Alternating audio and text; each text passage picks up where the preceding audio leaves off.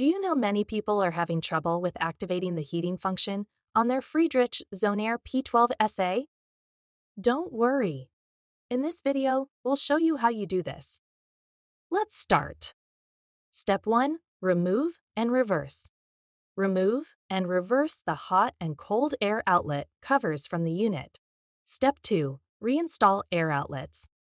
Reinstall the air outlets correctly as shown in the provided image. Step 3. Turn on unit. Turn on the unit and feed the hose through the window or another opening. Step 4. Select heating mode. Select the heating function using the Mode Select key on the unit. Step 5. Adjust temperature. Adjust the room temperature using the setting keys on the unit. Step 6. Activate heating. Press the power key to activate the heating mode and start the unit accordingly. Now you should be able to easily switch your Friedrich ZoneAire P12SA to heating mode. Enjoy your warm room. Still need help?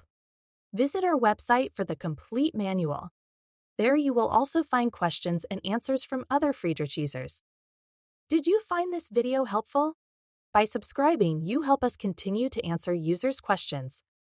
So, subscribe to our channel. Thanks for watching, and see you in the next video.